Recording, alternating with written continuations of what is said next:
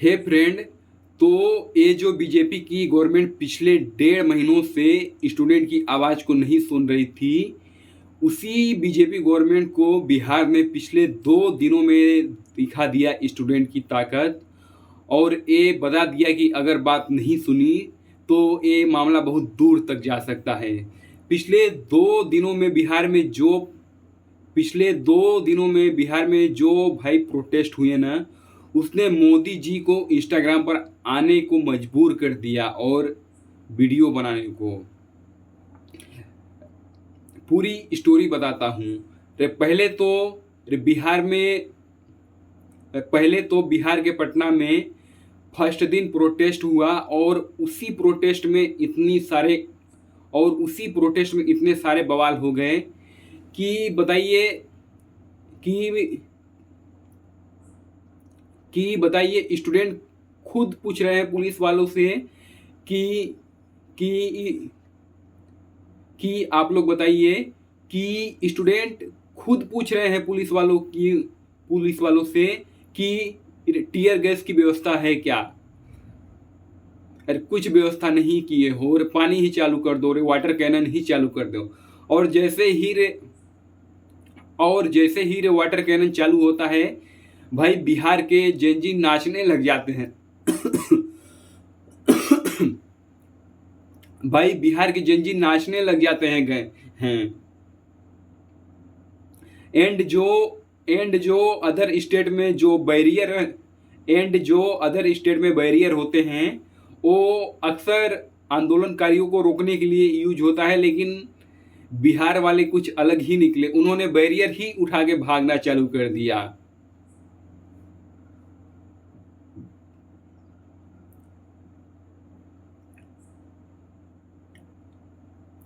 And जो दिल्ली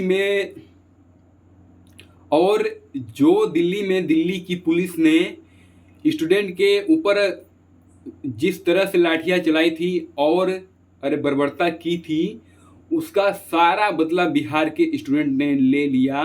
और ऐसा पीटा पुलिस वालों को कि उनको जीवन भर याद रहेगा। लेकिन दोस्तों, ऐसा नहीं करना चाहिए था। प्रोटेस्ट हमेशा पीसफुली ही होना चाहिए। लेकिन क्या कर सकते हैं, लेकिन जब पुलिस जब ऐसी बर्बरता पर उतर जाए तो कुछ तो करना ही पड़ेगा। उसके बाद दूसरे दिन बिहार के दरभंगा में प्रोटेस्ट होता है। एंड इस एंड इस और इस प्रोटेस्ट ने बिहार की और इस प्रोटेस्ट ने मोदी सरकार की आंखें खोल के रख दी कि बीजेपी गवर्नमेंट के जो पोस्टर लगे थे उनको चढ़ चढ़ के फाड़ रहे थे।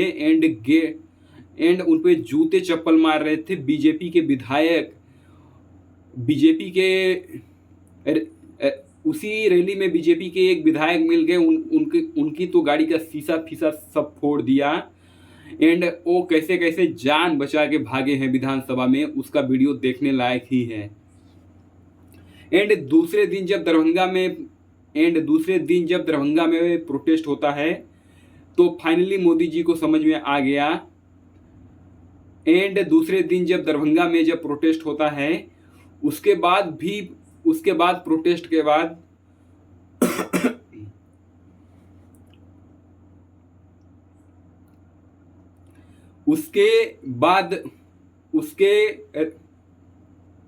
उसके प्रोटेस्ट के बाद बिहार के स्टूडेंट ने जॉर्जिया मेलोनी की एक पोस्ट पर जाके ऐसा कमेंट किया कि मोदी जी को 1 बजे रात में आकर इंस्टाग्राम पर आके वीडियो बना के डालना पड़ा। एंड अब बात कुछ सीरियस हो जाए। आज सोनम वांगचुक ने अपना इस्तीफा तोड़ दिया है और कुछ 2 शर्तों पर डील हुई है। लेकिन अभी भी काकरोच जनता पार्टी का मानना है कि जब तक धर्मेंद्र प्रधान का इस्तीफा नहीं होगा तब तक ये प्रोटेस्ट ऐसे ही चलता रहेगा। चाहे सरकार कितनी भी कोशिश कर ले इसे दबाने की, लेकिन ये प्रोटेस्ट ऐसे ही चलता रहेगा। तो सरकार के लिए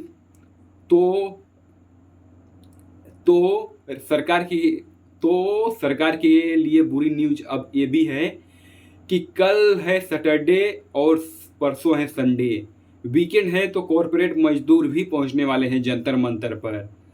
तो अब कुछ बहुत ही बड़ा होने वाला है इस देश में। एंड बीजेपी को, मेरे को लगता है कि बीजेपी को स्टूडेंट की बात मान लेनी चाहिए एंड धर्मेंद्र प्रधान को इस्तीफा दे देना चाहिए। लेकिन अगर बीजेपी नहीं मानी तो कुछ भी हो सकता है और बीजेपी की सरकार गिर भी सकती है।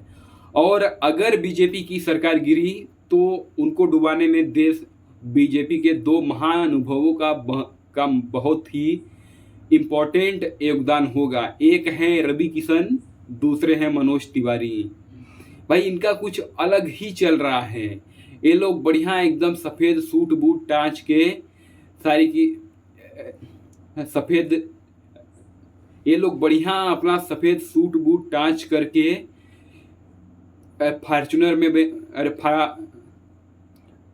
फार्चूनर की गाड़ी में बैठकर सफ़ेद तौलिया लगाकर बढ़िया उधर रीले कटवाते हैं और उनकी रीले वायरल भी होती है, क्योंकि कुछ न कुछ ऐसा आके बोल देते हैं कि उसका कुछ मतलब ही नहीं निकलता है। एक कंटेंट शो में गए थे, उधर जाके बोलते हैं कि नेशनल ड्यूटी से कॉल आया है, आपको जाना ही पड़ेगा रवि किशन जी। उसकी इतनी सारे रीले कटी कि क्या ही बताऊं। उसके बाद नीट पेपर लीक पर बोलते हैं रवि किशन कि नीट अखबार लीक हो गया है। क्या ही बात की जाए। एंड मनोज तिवारी, उनको तो सीजेपी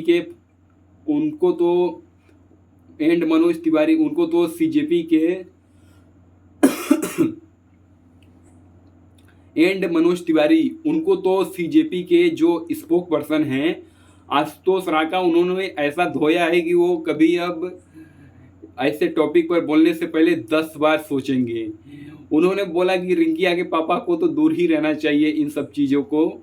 वो जाके अपना नाच गाना देखें, उधर ही उनका अच्छा चल रहा है। ये सब राजनीति में उनको नहीं आना चाहिए।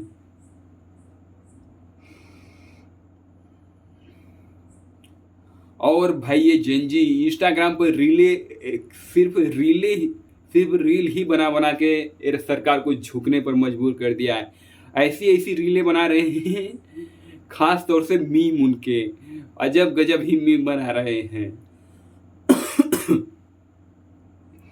तो दोस्तों, इंस्टाग्राम से शुरू हुआ प्रोटेस्ट आखिर में इंस्टाग्राम पर ही सुलझता नजर आ रहा है, क्योंकि अब मोदी जी भी इंस्टाग्राम पर आ गए हैं और वो लगातार अपने मंत्रियों से अपील कर रहे हैं कि इंस्टाग्राम पर आए।